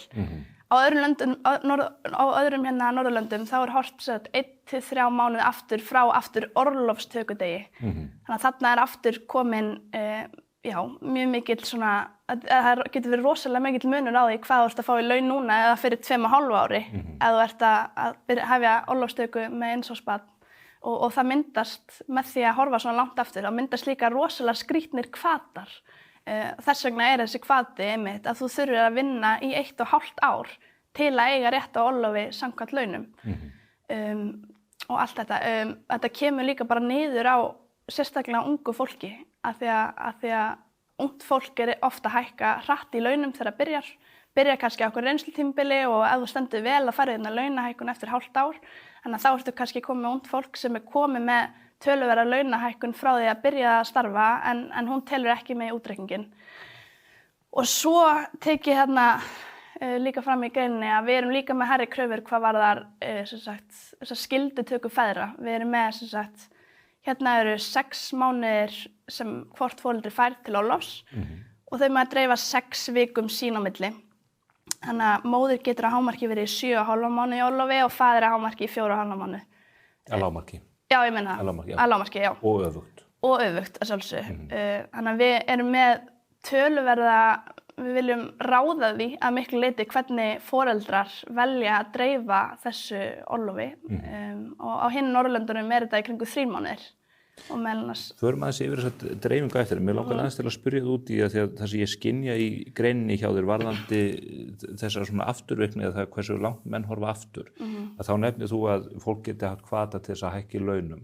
Þetta hefur fólk almennt hvata til þess. Fólk að koma sér upp húsnæði, að fara að taka á móti nýju barni, nýju lífi í heiminn. En kerfið hér virðist einhvern veginn allt miða því að forða því að það sé svindlað á því. Erum við með kerfi sem eða hefur það sem útgangspunkt að forða svindli eða svona einhverjum óeðlugum hvötum? Já, mér finnst, það allavega mín upplifun þegar maður les bæði, bara lögin sjálf, að það sé svona helsti útgangspunkturinn að það geti örugglega enginn svindlað. Og þetta það mikilvægt, við viljum ekki að hérna sé fólk að dópa einhvern veginn orlofið sitt, þú veist, og maður skilur algjörlega þau rök. En ég ætla bara að fá að setja spurningamerki við þá hvatast þeim myndast þá hinum megin borðs og hvort að okkur finnist það þess virði að vera að skerða greiðslur og réttindi þeirra sem lenda sem verst í þessu. Hitt atriði sem þú nefndir aftur, það varðar þennar rétt foreldra til þess að skipta þessu ári á milli sín. Þetta nú mjög ríkur réttur þegar litið bara til heimsins alls og við mögum vera stolt af því hvernig við búum að því í grunninn. En þú sendir pillu á kvenréttindahreyfinguna sem ekki alls kostar sammálaðir í þessu efni. Heldur betur ekki. Ég og Kvenréttindafélag Íslands, við erum nýjustu óvinnir. En ég get svo sjálfum við erum kennt. Ég er alltaf sýnslega við það hérna í greininni. En já, þetta mér finnst kvenréttindabaráttan á síðustu árum hafa mikið til snúist það að steypa fólki, konum og körlum í sama form.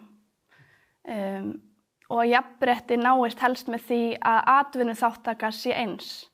Og ég held að ég og Kvenréttindafélagið sem alveg sammála það að störf kvenna og karla eiga jafnvel að vera metin til launa.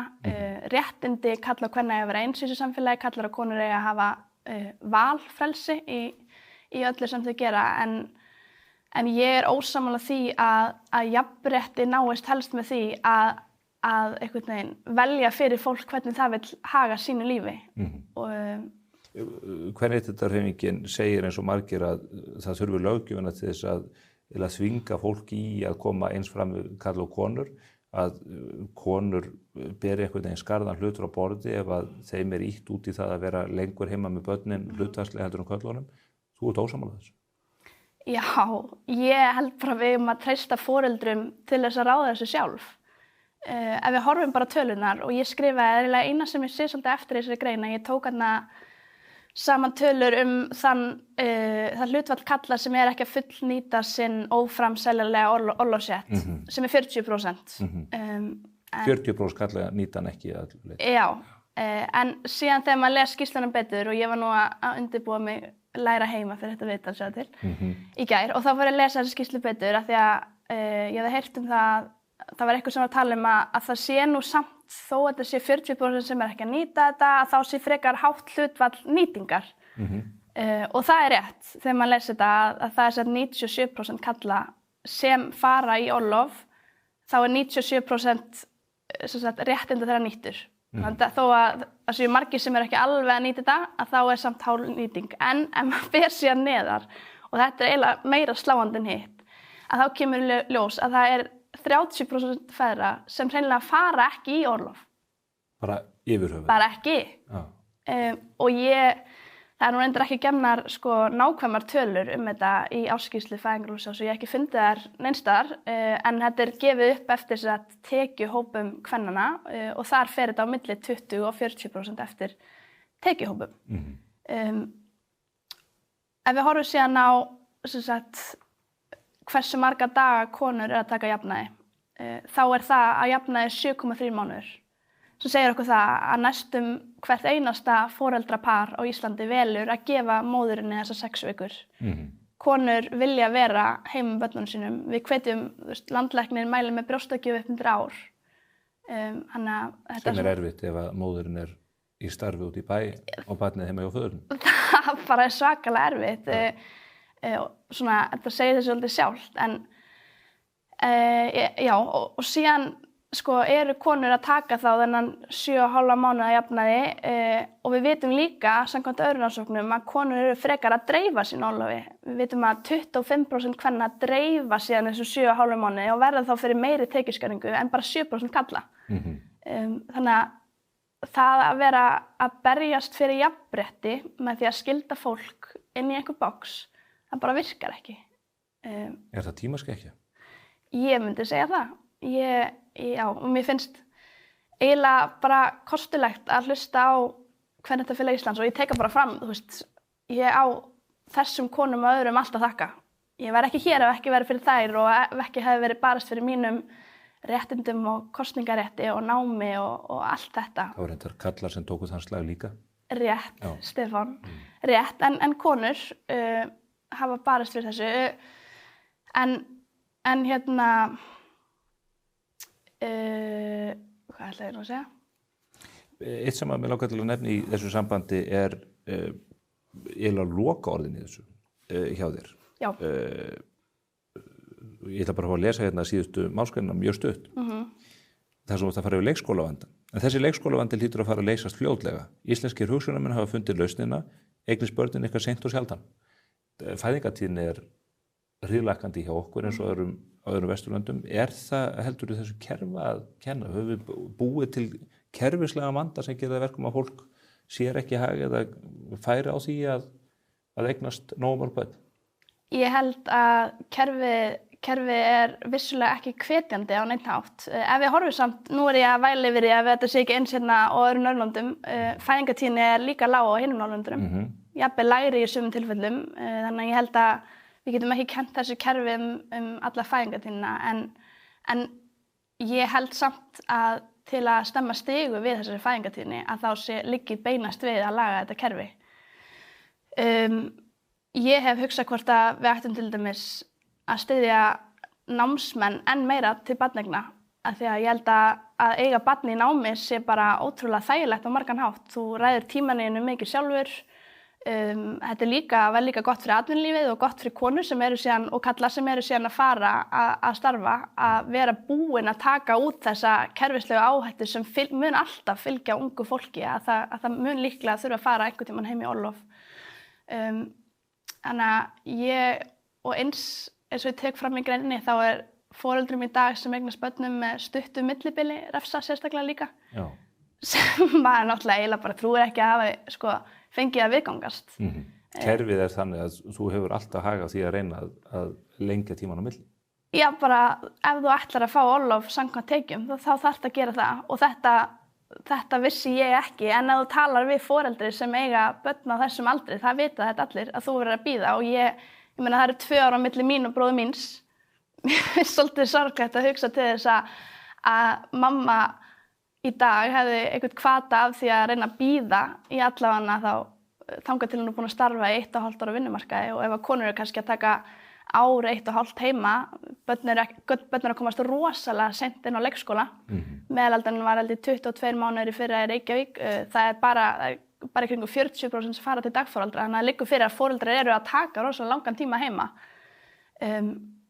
Og að þú þurfi síðan að byrja að vinna í 1,5 ár til þess að, já, maður eiginlega bara, manni falla svolítið hendur, sko. Ef að þú værir ráðherra ríkisstjórn Íslands og getur haft áhrif á þetta, hvað myndirðu bara, hver væru fyrstu skrefin? Nú ætla ég að færa þér völdin í landinu í örskamastund. Já, þetta er nú, ég finn bara strax maður eitthvað með leystallu við. Já. Nei, ég held að við þurfum að skoða þetta 6 mánaða samfellt þessa reglu. Ég held við þurfum að færa tekjutímabili svo foreldrar, svo að miði við væntar tapaðar tekjur í staðan fyrir einmitt eins og þú ert að segja að miða við helst að fólk sé ekki að svindla með því að fara svona aftarlega. Tekjur fortíðar. Ég held við þurfum að styrkja námsmenn miklu betur. Námsmenn eru rosalega illa settir í okkar kerfi. Á öðrum Norðurlöndunum það fá námsmenn ákveðin styrk frá ríkinu og halda síðan sínum launum í mörgum tilfellum eða eru þá skertir í 80%. Við skulum líka hafa það í huga, það er ekki öll önnur lönd í kringum okkur sem skerða þessa 80%. En allavega, námsmenn fá í öðrum ríkjum bæði styrk og síðan halda sínum launum. Við erum með það þannig að námsmaður á rétt á 262.000 fæðingarstyrk námsmanna, nema ef hann er með tekjur yfir 330.000, að þá dettur hann yfir í vinnumarkaðskerfið og skerðist, þá skerðast tekjurnar eftir því. Þannig að það er alltaf annarkvort eða. Það er engin hvati. Það er engin hvati til að vinna. Sá sem hefur unnið, honum er refsað. Já, og sérstaklega þegar þú byrjar síðan að vinna aftur, þá er sérstaklega regla að þú getur, það er horft á þetta tekjuár sem hefst hálfa ári fyrir fæðingardag og ef að námsmaður var að vinna yfir 25% af þessu tekjuári en var í námi, að þá neita þau að fella út þá mánuði að því að þú taldist í rauninni til vinnumarkaðar. Sem er alltaf bara hvati til bara, þú ert að refsa fólki sem reynir að leggja sitt að mörkum hérna. Sem ég held sem betur fer að flestir íslenski námsmenn geri og við ættum að vera stolt af því. En já, eins og ég segi, manni finnst svona hálf asnalegt eiginlega að vera að tala um þetta. Þetta liggur svo, þetta er svo augljóst. Kerfið er snargalið. Þetta er snargalið og Og það þarf ekki mikið til að breyta því. Nei, þú veist, en ég held við verðum að hætta líka að vera sífellt að koma með einhverjar undanþágur og flækja kerfið í staðan fyrir bara, heyrðu, hvað með að við bara einföldum þetta, við tökum færri mánuðin í tekjureikningin, við þurfum ekki að leysa þetta vandamál, það er búið að leysa þetta bara víðsvegar heiminn, við þurfum ekki að finna eitthvað sér íslenskt kerfi hérna.